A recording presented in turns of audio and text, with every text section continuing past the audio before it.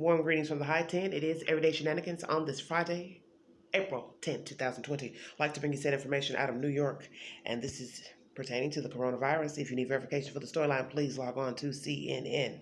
New York may bury unclaimed coronavirus victims on Hart Island, but mayor says no mass burials.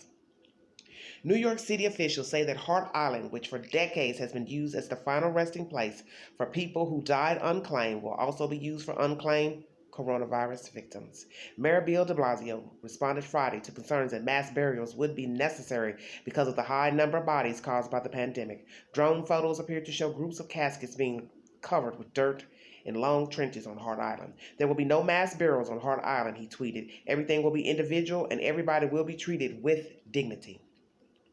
The mayor said in the tweet, the heartbreaking numbers of deaths we're seeing means we are sadly losing more people without family or friends to bury them privately. Those are the people who will be buried on Hart Island with every measure of respect and dignity New York City can provide. This is not a new procedure, the mayor said at a news conference, adding, it is a sad topic. I concur.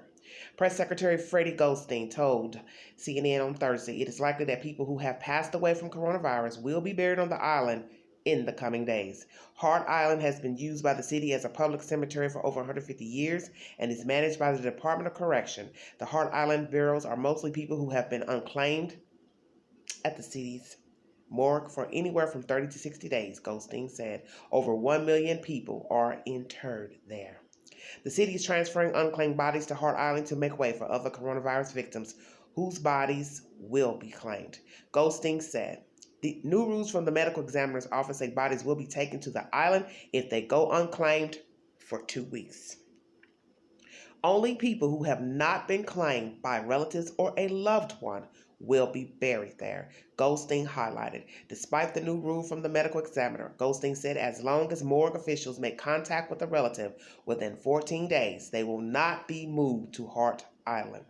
These are people who, for 2 weeks, we have not been able to find anyone who says, I know that person, I love that person, I will handle the burial, Goldstein said. These are people who we have made zero contact with, the family.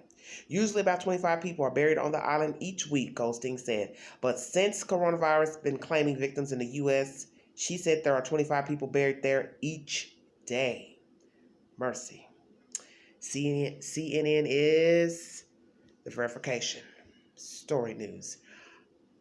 My prayers and condolences to those who have passed and their family members left behind to mourn these people. But now when I sit here and think about 25 a week versus now 25 a day, let's think about those who can afford to bury a loved one.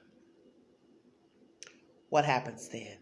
What if someone goes into the hospital, to the morgue, claim that this is their mother, father, brother, sister, friend, whatever, but they don't have any money to bury them?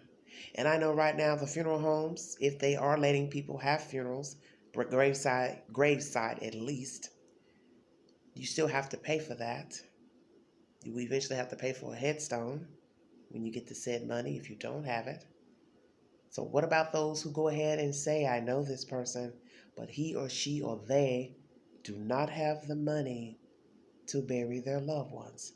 Because this does happen even when there was no COVID-19. People could not readily make funeral arrangements. And due to the fact that many people are out of work, most people don't have savings from their said jobs. Many people die without a will and or insurance policy. People have to come up with the money to bury them. And even with an insurance policy, most of you know, you have at least 6 weeks before a payment is made to the funeral home and to you directly.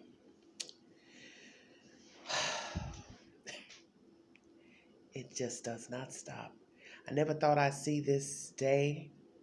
I've watched a lot of crazy movies in my lifetime, a lot of crazy horror movies, apocalyptic movies, pandemic movies, and they were fiction. And of course, I knew how people lived in this world, how nasty we are as human beings, passing germs, not keeping our hygiene up, not caring if we pass germs to other people at our workplaces, at home, schools, daycares, all of that. And a lot of people tell me, you're so OCD about stuff. Now you see why. Because all it took was for one thing to jump off and leave that region, and then it went to another region, then another region, and voila, it made its way to America. And we have no definitive answer to how long that bad girl gonna stick around, how many more people are going to get sick, how many more people are going to recover, and how many more people are going to die from this COVID-19. And now New York has a problem with housing these deceased bodies in a dignified manner, now taking them to Hart Island if, after 2 weeks, they have not been claimed by a friend or loved one.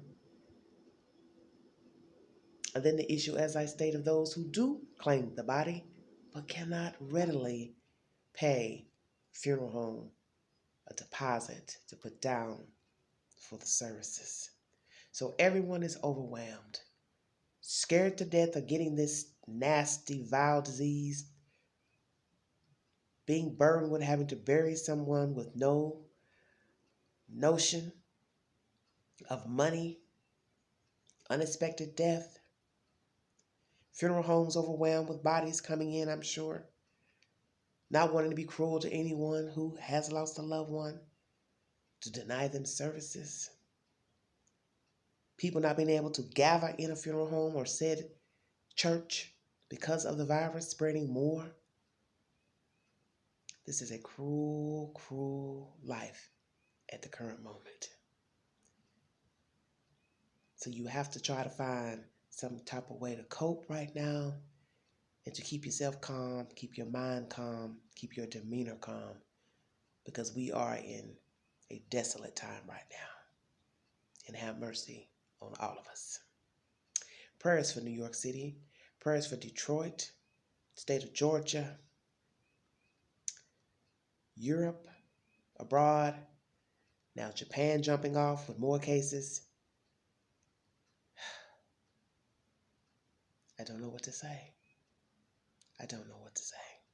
All I can do is say, you might want to pray. Because right now, that's all we've got is God. Because man has no control over this virus. And from what I'm saying, he doesn't have a handle on it at all.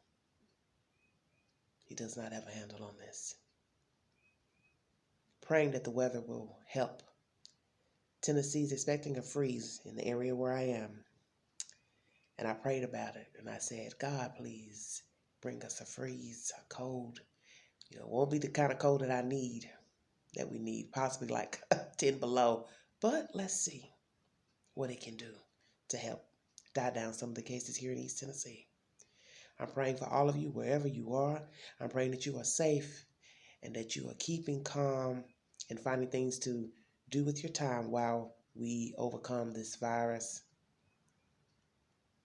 And I'm praying that if any of you get sick, that you get the attention that you need, because it would be so cruel if you're denied care and have to go home to worry yourself damn near to death in hoping that you survive.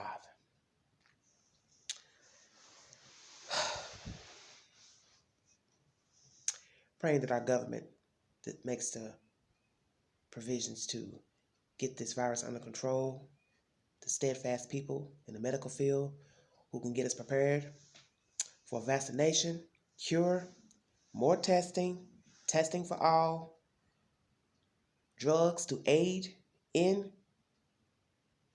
helping with the virus symptoms, and a plan for the next time we get another deadly disease. May God bless all of you and keep you safe. Like, share, subscribe, drop your comments below. Thanks for joining me. Please have a safe weekend. Wear your gloves and your mask if you venture outside, even if it is just to go to your car. Check your mail, your mailbox. I have a funky feeling that something is in the air, not just allergy season. I just got a funny feeling something ain't right out there. Because I feel even more weird now than I ever have since having sinus trouble. Something ain't right out there. Something is not right. So please take precautions and wash your hands when you return inside your home from being outdoors. Amen. God bless all of you. Keep you safe from harm. And this is Everyday Shenanigans. Bye-bye.